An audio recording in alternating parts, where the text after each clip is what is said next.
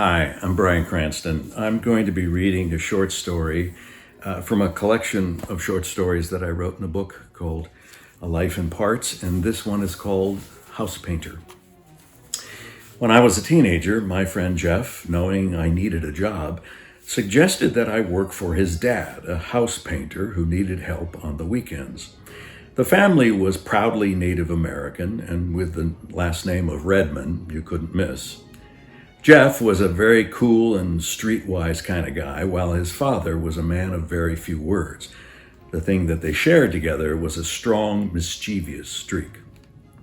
On our first day together, a Saturday, Jim picked me up at about 6 a.m. and we rode in silence to an industrial building, a job he had already started.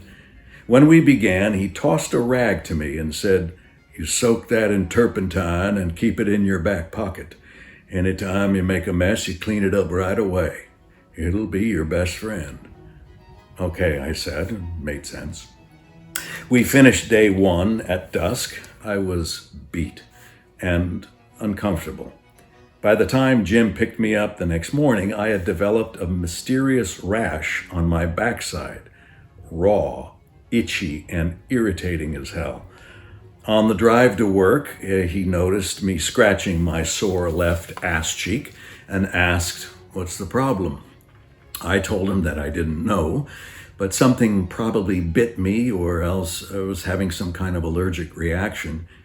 I glanced his way and caught a slight smile crossing his lips. We sat in silence for a while. It's easy for men to do. But why would he be smiling? Then it dawned on me. He told me to keep the turpentine-soaked rag in my back pocket. It was turpentine. The bastard did it on purpose. I didn't say anything. I took it as some type of initiation. But I did find another location to stash my turpentine rag. One day, after quitting time, we didn't go straight home. Instead, Jim drove to a far-flung neighborhood. In the alley between a row of tract houses, he slowed to a stop and got out of his truck. I wondered where he was going, but he didn't say anything, and I had become accustomed to his taciturn ways. He peered over the fence and came back into the truck cab. He handed me a lunch-sized brown paper bag and told me not to open it. "Just take it up onto the bed of the truck, and when you're up there, look over the fence, and you'll see a swimming pool. You toss the bag into the pool, then come down and get back in the truck." Well, the task seemed simple enough, and I knew why he asked me to do it instead of doing it himself. The years of physical labor had beaten him up pretty badly. He had limited mobility in his arms. I began to ask what was in the bag. "Just go on," he said, and I did as my boss instructed, hopping into the back of the truck and peering over the tall fence that separated the homeowner's property from the alley. I saw that it was an easy 15 feet to the pool's edge, so the throw had to be at least that. Better to be long than to have it land on the deck or the chair. I couldn't mess this up. I weighed the bag in my hand, determined that it was heavy enough to toss it underhand like a horseshoe. I gauged the distance several times, thinking it through, and finally Jim got impatient. "What the hell you doing up there? Throw the goddamn bag!" I took a deep breath and I tossed it high into the air. Felt good. It looked good. It was good. Right in the middle of the pool. Swoosh! Yes!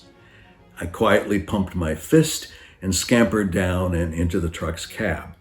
As Jim drove off, I waited for an explanation. When that wasn't forthcoming, I asked. He nodded and smiled. "Inside the bag was dried India ink," he said.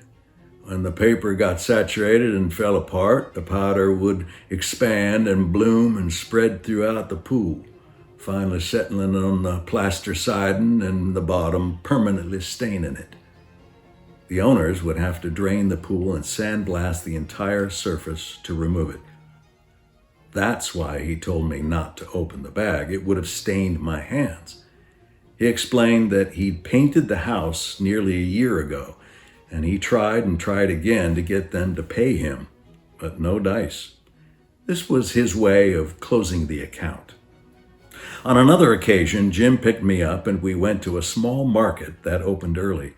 He grabbed a couple sodas, a few packs of cigarettes — oh boy, the man could smoke — and 6 whole mackerels. An odd selection of groceries, but as I had come to know Jim, not that odd. I didn't even bother to ask. We drove to an unoccupied 2-story modern in the Mount Olympus area off Laurel Canyon in the Hollywood Hills. We parked on the street in front of a house, and Jim told me to grab the 10-foot ladder. He retrieved the hidden key from the planter near the back door and marched upstairs. I instinctively knew to follow him. He pointed to a spot in the middle of the upstairs hall. I opened the ladder on exactly that spot. He told me to climb up there and open the air conditioner's intake grill. I did. The filter plopped out of its resting place, and I handed it to him.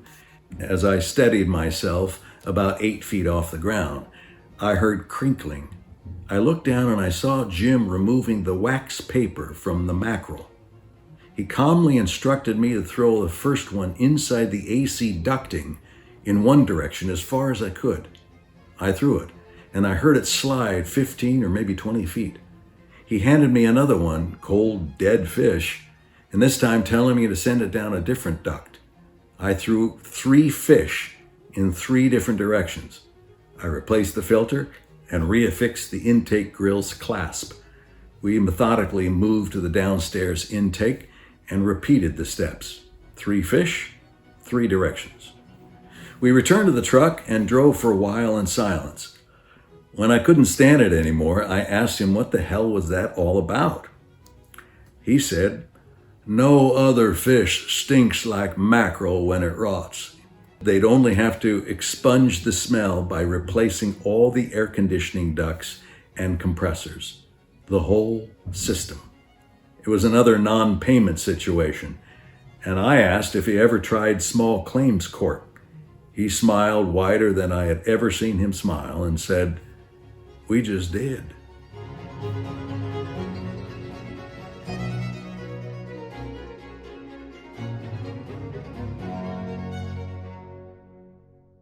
Hi, it's Bryan Cranston. I just wanted to thank you so much for supporting the Front Door Agency, which is an amazing organization that supports single moms and their efforts to become successful and contributing members of our society. And your donation can help get them there. Thank you.